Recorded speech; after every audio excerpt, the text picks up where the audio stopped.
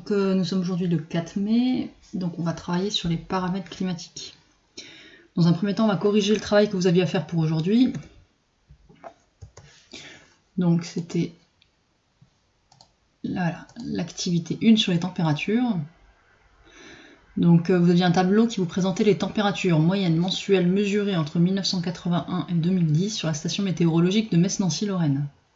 Donc vous aviez ici les mois de l'année, les températures moyennes mensuelles en degrés Celsius et vous aviez les valeurs. Donc on regarde les questions. Donc je vous demandais déjà de calculer le nombre d'années durant lesquelles ont été relevées ces températures.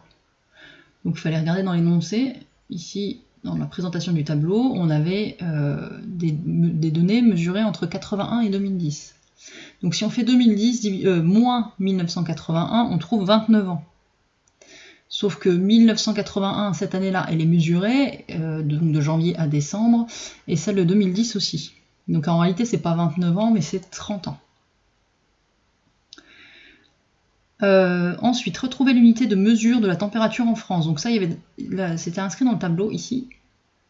Donc il fallait noter degrés Celsius. Alors, il existe une autre unité de mesure qui est utilisée notamment par les États-Unis, qui est le degré Fahrenheit. Donc ça donne des valeurs assez élevées, mais c'est leur unité de mesure à eux. Nous, l'unité de mesure du Celsius, elle a été basée sur les états de l'eau. Donc on a mesuré, enfin on a pris une température de 0 degré qui correspondait au moment où la glace se solidifie. On a pris la température de 100 degrés au moment où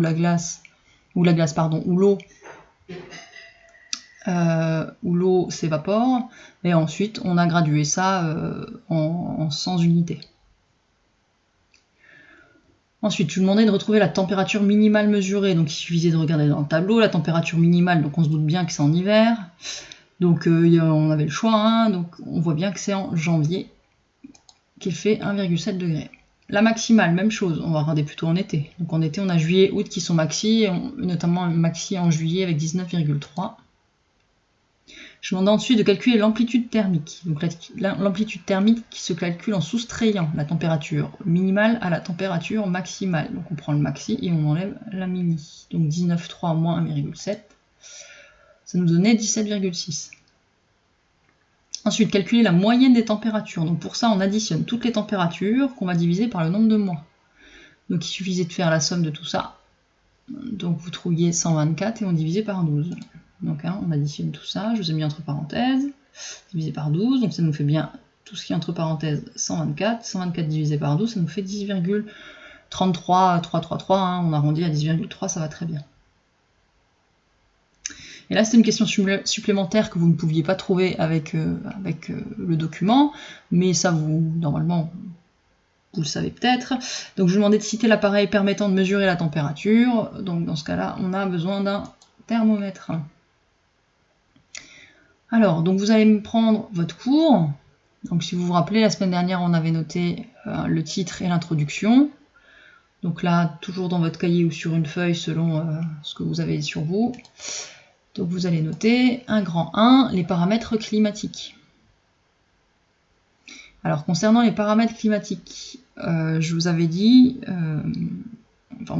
que, le document précédent, pardon, les mesures étaient faites sur 30 ans.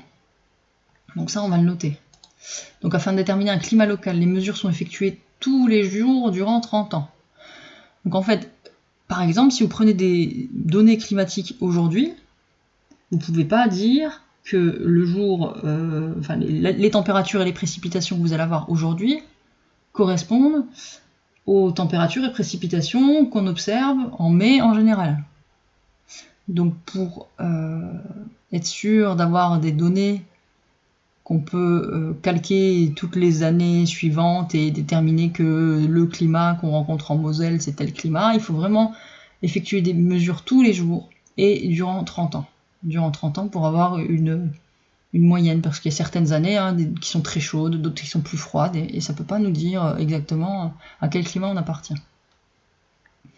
Donc là, on a travaillé sur les températures, donc vous allez mettre un A, les températures, et on va noter donc tout ce qu'on a vu. Donc on a vu que les températures se mesurent en degrés Celsius. Donc on symbolise par ce petit rond et ce C pour l'unité. Il existe une autre unité de mesure utilisée aux États-Unis, par exemple, le degré Fahrenheit. Donc vous voyez, il y a 2 H, hein, donc faites attention. Bon, ça c'est juste pour information, hein, vous n'êtes pas obligé de retenir. Et l'appareil utilisé pour mesurer la température est un thermomètre. Donc ça, hein, normalement, ce qui est souligné, vous le savez déjà, et si vous ne le savez pas, ben, vous le saurez maintenant.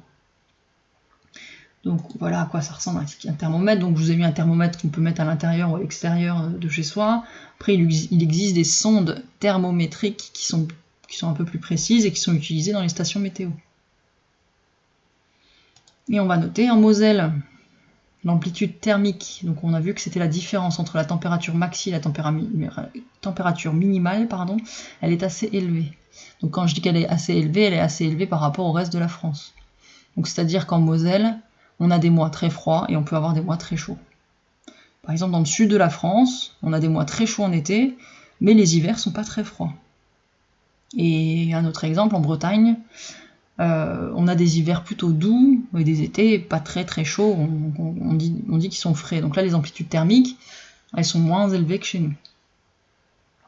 Alors pour lundi prochain, hein, parce que vendredi c'est férié, donc pour lundi prochain. Donc vous allez me faire l'activité 2 sur les précipitations. Donc je vous la montre.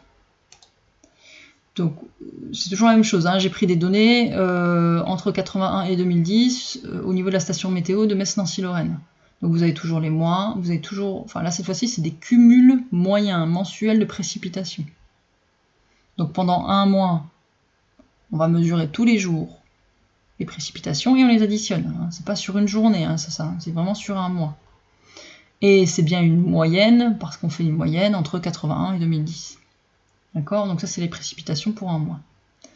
Donc je vous demande de calculer le nombre d'années durant lesquelles ont été relevées ces températures. Donc ça, c'est comme pour les... Ah, je me suis trompée. C'est pas température, c'est précipitation. Hein. Donc ici, c'est température. Je vais faire la modification. Le document que vous aurez, ce sera écrit précipitation. Ensuite, retrouvez l'unité de mesure des précipitations. Donc ça, vous le trouvez dans le tableau. Retrouvez le cumul moyen des précipitations minimales. Donc là, je vous demande le minimal. Et je vous demande le mois aussi. Donc vous me trouvez la valeur minimale, vous me notez le mois. Ensuite, je vous demande la valeur maximale. Vous me la trouvez, vous mettez le mois. Ensuite, je vous demande de calculer le cumul des précipitations. Donc on additionne tous les cumuls moyens mensuels. Donc c'est la somme de tout ça. Et enfin, les deux questions là. Donc là, vous cherchez sur Internet ou vous le savez déjà. Citez l'appareil permettant de mesurer les précipitations. Et retrouver, donc je vous propose de le faire sur Internet, à quoi correspond un millimètre de pluie tombée. Donc il y a peut-être certains d'entre vous qui le savent déjà. Donc voilà, donc vous faites ça pour le lundi 11. Je vous souhaite une bonne journée, je vous dis à bientôt.